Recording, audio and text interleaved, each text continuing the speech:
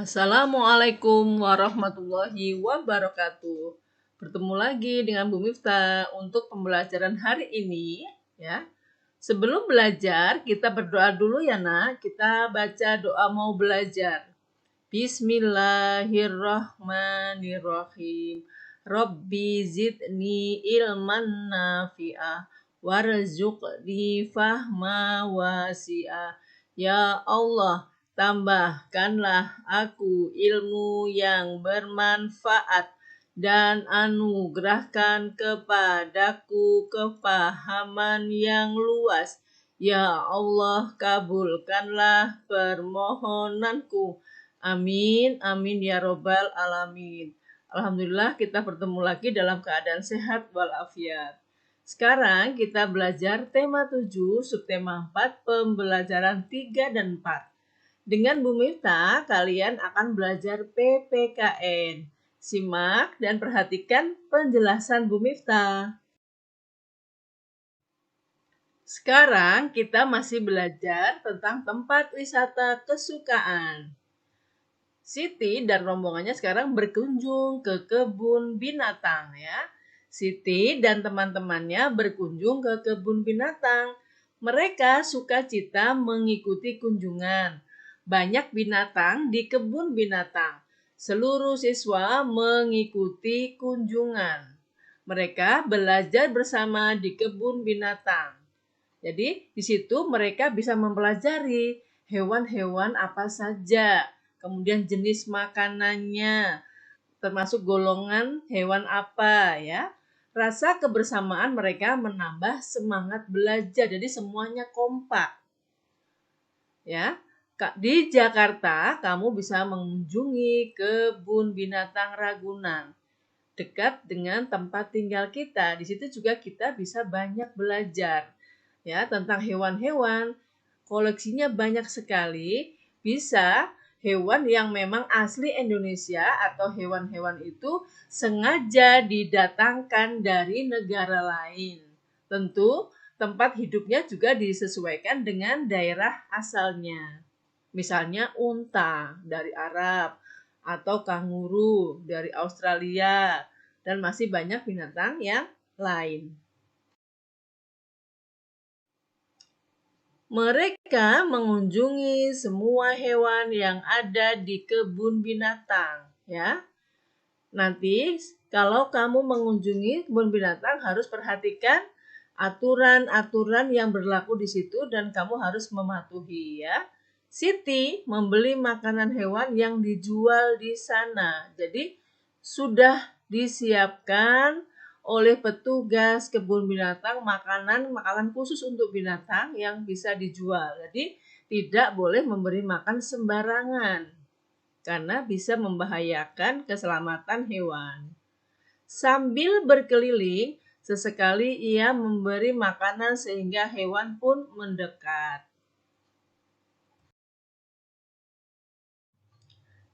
Negara kita, Indonesia, memiliki banyak tempat wisata yang menarik, bahkan banyak mengundang turis asing untuk mengunjungi Indonesia. Keberagaman tempat wisata kesukaan seseorang biasanya sesuai dengan kegiatan yang kesukaannya atau kegiatan yang disukai.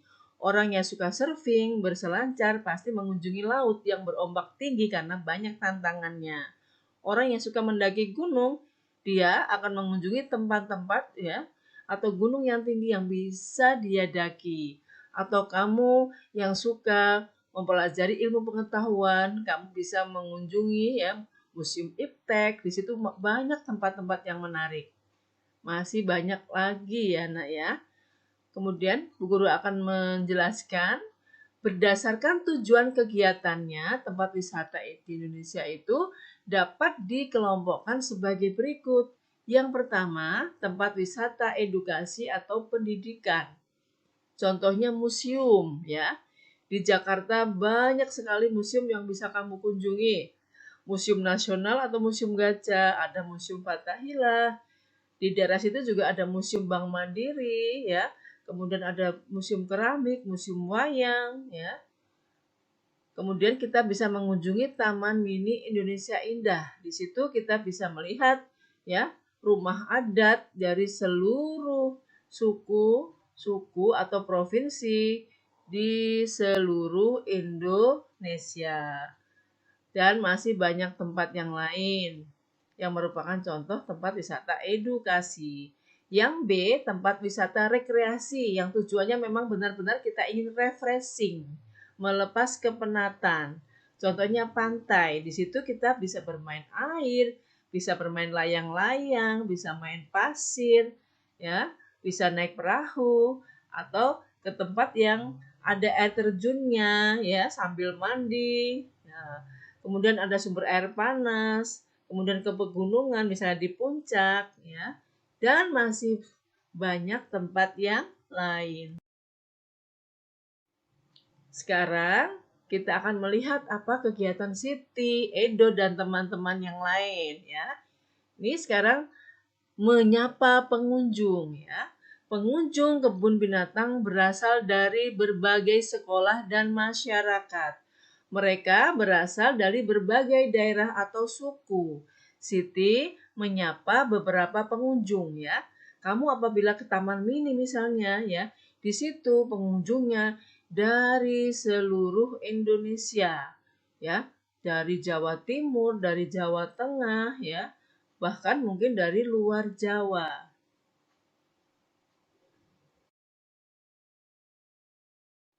Siti berkenalan dengan Bariah. Ia berasal dari Madura. Berarti Siti bersama rombongannya ya berasal dari Madura. Dayu berkenalan dengan Asep. Ia berasal dari Bandung.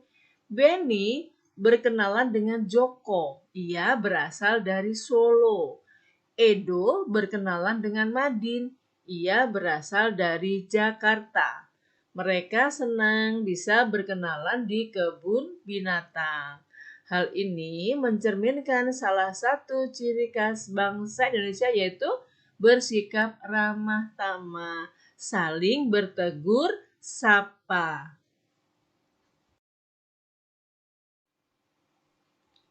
Kita akan pasangkan nama kota atau daerah dengan suku asli yang terdapat di daerah tersebut sesuai dengan teks yang tadi sudah kita baca. Bariah berasal dari Madura. Berarti Bariah ya memiliki suku yaitu suku Madura. Kemudian Asep dari Bandung, berarti mana sukunya, Nak? Yaitu suku Sunda. Joko dari Solo, Jawa Tengah. Berarti sukunya suku Jawa. Madin dari Jakarta, berarti sukunya suku Betawi. Pinter. Alhamdulillah untuk pembelajaran muatan PPKN sudah selesai. Terima kasih yang sudah menyimak dengan sungguh-sungguh. Setelah ini kalian akan belajar dengan Bu Maryani dan Bapak Sodikin. Semangat terus! Baik anak-anak, kita lanjut ke pembelajaran berikutnya. Kalau tadi kalian sudah belajar dengan Bu Miftah muatan PPKN yang membahas tentang keberagaman tempat wisata kesukaan, sekarang kita lanjut dengan muatan bahasa Indonesia. Bahasa Indonesia masih membahas tentang kalimat sapaan dan dongeng. Silakan kalian perhatikan bersama-sama. Pada hari ini Pak Guru akan membacakan dongeng persahabatan antara gajah dan tikus. Silakan kalian dengarkan. Bunga ini sangat harum tuan, sangat pantas untuk pengharum ruangan, kata tikus, mempromosikan dagangannya. Bunga apa ini? Tanya gajah. Ini adalah sebuah bunga yang sangat ajaib, jawab tikus. Apakah bunga ini wangi? Tanya gajah.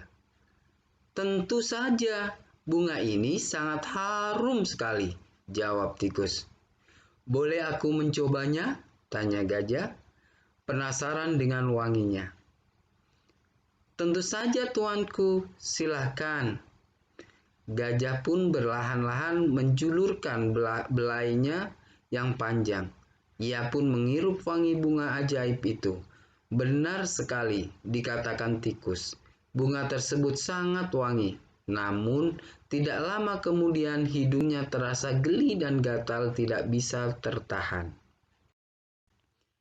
Hidungnya tiba-tiba akan bersin. Tetapi ia terus menahannya karena tidak baik bersin di depan orang lain. Namun, hidungnya terus saja terasa geli. Ia terus mencoba menahannya. Akhirnya, tanpa disadari, gajah mengambil ancang-ancang untuk bersin.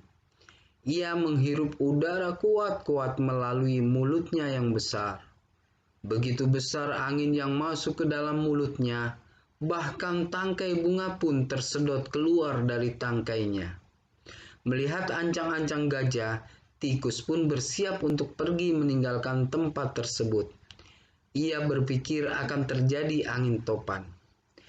Tiba-tiba, gajah pun bersin dengan sangat hebat. Akibat bersinnya yang hebat itu, rumah-rumah menjadi rusak, gentingnya berterbangan seperti dilanda angin topan. Tikus pun terpelanting sangat jauh hingga puluhan meter. Bunga dagangannya pun berserakan kemana-mana. Karena bersinnya yang sangat hebat, gajah pun terjatuh ke tanah bahkan mengeluarkan air mata. Ia melihat semua yang di hadapannya rusak akibat bersinnya tersebut. Ia merasa sangat bersalah dan menyesal. Namun, itu semua bukan keinginannya. Gajah hanya diam sambil menatap semua kerusakan. Tiba-tiba datanglah seekor badak. Ia bertingkah seperti seorang polisi melihat kejadian tersebut. Melihat badak datang, tikus pun timbul keberaniannya. Ia segera berlari-lari menghampiri gajah.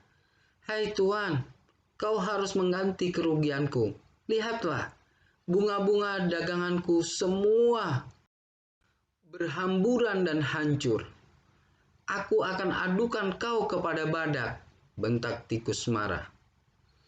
Gajah hanya diam. Ia merasa sangat bersalah.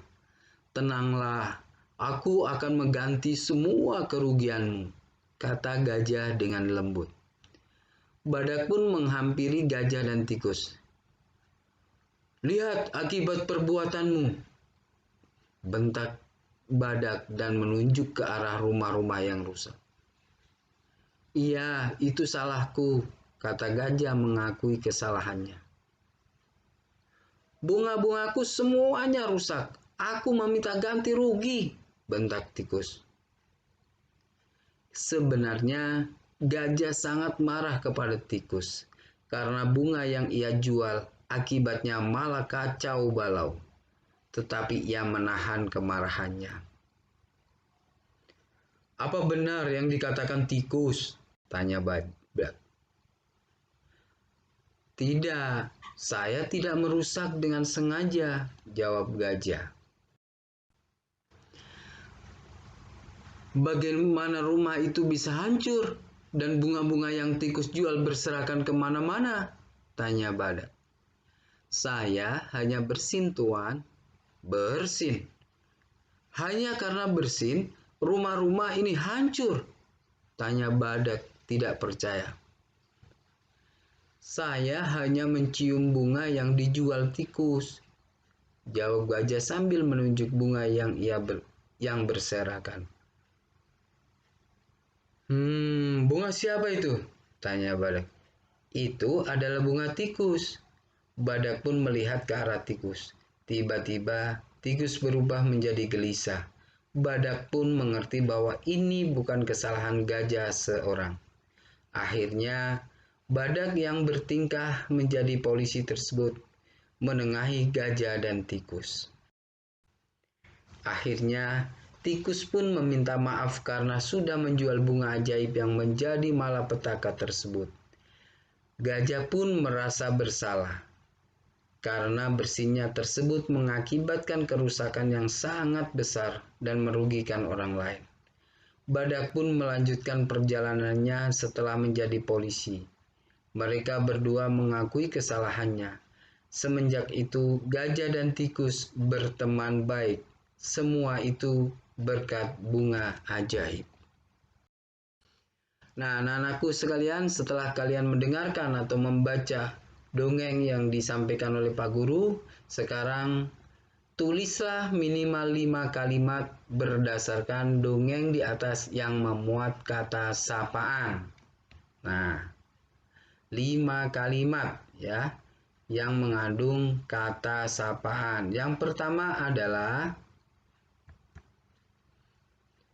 bunga ini sangat harum tuan, sangat pantas untuk pengharum ruangan. Kata sapaannya adalah tuan yang bergaris bawah. Yang kedua, tentu saja tuanku, silahkan. Nah, kata sapaannya adalah tuanku. Yang ketiga, tenanglah, aku akan mengganti semua kerugianmu. Mu adalah kata ganti atau kata sapaan dari kata ganti kamu. Yang keempat, aku akan adukan kau kepada badak, bentak tikus marah. Kata sapaannya adalah kau. Kelima adalah, saya hanya bersin tuan. Kata sapaannya adalah tuan. Selanjutnya, buatlah kalimat yang memuat kata sapaan berikut. Bacalah kalimat yang kamu buat di depan kelas. Nah, ini ada kalimat, ada kata sapaan Baria. Kita akan coba buat kalimat yang mengandung kata sapaan. Selamat sore Baria. Kata yang kedua adalah Joko. Kalimat yang mengandung kata sapaan adalah, Joko, dari mana asalmu? Kata yang ketiga adalah Madin. Contohnya adalah, Madin, apa kegemaranmu? Nah, anak-anakku sekalian, alhamdulillah selesai sudah pembelajaran muatan bahasa Indonesia kita pada hari ini. Pak Guru ucapkan terima kasih atas perhatiannya, atas konsentrasinya, dan jangan lupa setelah ini akan dilanjut dengan muatan matematika. Terima kasih. Alhamdulillah anak-anak ketemu lagi di muatan matematika dengan Bu Mas. Kalau tadi di awal kalian sudah belajar PPKN dengan Bu Miftah, kemudian dilanjutkan bahasa Indonesia dengan Pak Sodikin, untuk muatan matematika ini, kita masih akan membahas beberapa soal yang terdapat pada buku kalian. Mari kita simak baik-baik. Saat di kebun binatang, Siti membeli makanan hewan yang dijual di sana. Sambil berkeliling, sekali ia memberi makanan sehingga hewan pun mendekat. Siti memberi 4 wortel kepada seekor rusa jantan dan seekor rusa betina. Rusa jantan diberi 2 wortel, rusa betina diberi 2 wortel. Rusa jantan mendapat setengah bagian, rusa betina mendapat setengah bagian. Nah, ini tadi Siti beli 4 wortel. Lalu masing-masing dikasih 2, jadi masing-masing mendapatkan setengah. Setengah bagian dari 4 adalah 2. Oke, sekarang kita lanjutkan kembali. Kita akan membahas soal pada halaman 183. Nah, gambarlah wortel sesuai pecahan-pecahannya. Di sini ada berapa wortel? Ada 6. Yang diminta kalau setengah dari 6 itu berapa? Maka kita cari dulu. Nah, caranya bagaimana? Caranya adalah nih, jumlah wortelnya kita bagi 2, karena yang diminta setengah. Berarti 6 dibagi 2 sama dengan 3. Berarti kita gambar wortelnya 3. 1, 2, 3. Begitu juga yang di bawah 1, 2, 3 ya. Kemudian yang ini. Di sini ada 6 wortel. Yang diminta adalah sepertiganya. Caranya sama. Berarti 6 hanya dibaginya bukan 2 lagi, tapi dibagi 3 karena yang diminta sepertiganya. Berarti hasilnya adalah 2. Kita gambar 2 wortel di masing-masing kolomnya. Nah, seperti ini ya. Oke, kita lanjutkan kembali. Nah, sekarang lihat ini ada berapa? Kita hitung 1, 2, 3, 4, 5, 6, 7, 8. Ada 8 wortel, mau dibagi menjadi 1/4 bagian. Nah, berapa 1/4 bagiannya itu? Berarti kita tulis di sini. 8 dibagi 4 sama dengan 2 ya. Nah, berarti setiap masing-masing kolomnya diisi dengan 2 wortel. Nah, seperti ini. Insya Allah kalian sudah paham ya. Kita lanjutkan kembali. Oke, sekarang kita akan membahas soal pada halaman 184. Pasangkanlah gambar dengan pecahan yang sesuai. Nah, di sini ada gambar. Kita diminta untuk memasangkan. Setiap rusa memakan 1 wortel dari kumpulan wortel di samping. Rusa yang pertama makan setengah wortel, berarti 1 wortel dari 2 wortel yang ada. Kita pasangkan dengan yang di bawah. Kemudian yang ini. 1 rusa makan 1 wortel dari 3 wortel yang ada. Berarti kita pasangkan dengan yang di atas. Kemudian 1/4. Nah, 1 dari 4. Berarti kita pasangkan dengan yang di tengah. Oke, anak-anak paham ya? Nah, ketika di kebun binatang, Siti membagi kelompok. Kelompok disesuaikan dengan tempat binatang yang dikunjungi. Apabila lokasinya luas, maka hanya dibagi 2 kelompok. Apabila lokasinya agak sempit, dibagi 3 kelompok. Dan apabila lokasinya sangat sempit, dibagi menjadi 4 kelompok. Nah, kita ibaratkan nih, ada 24 siswa. Mereka mau berkunjung ke kebun binatang. Kita akan mempraktikkan untuk membentuk 2 kelompok hingga setiap kelompok memiliki anggota yang sama banyak. Nah, ini 24. Dibagi 2, berarti setiap kelompoknya dinyatakan dengan pecahan 1/2. Karena dibagi 2 kelompok ya. Nah, setiap kelompoknya terdiri dari berapa siswa? Caranya gimana? Nah, caranya adalah jumlah siswanya kita bagi menjadi 2. Karena dibagi setengah ya anak-anak ya. Berarti 24 dibagi 2. Sama dengan 12. Oke, kita lanjut ya. Nah, ini soal yang ada di halaman 196. Oke, sekarang di halaman 197. Praktikkan untuk membentuk 3 kelompok sehingga setiap kelompok memiliki anggota yang sama banyak. Tadi masih sama, jumlah siswanya adalah 24. Berarti kalau dibagi 3, berarti satu kelompoknya menyatakan 1/3. Nah, setiap kelompoknya terdiri dari berapa? Kalau tadi dibagi 2, sekarang dibagi 3. 24 dibagi 3 sama dengan 8. Oke, berikutnya praktikkan untuk membentukkan 4 kelompok. Nah, sama ya.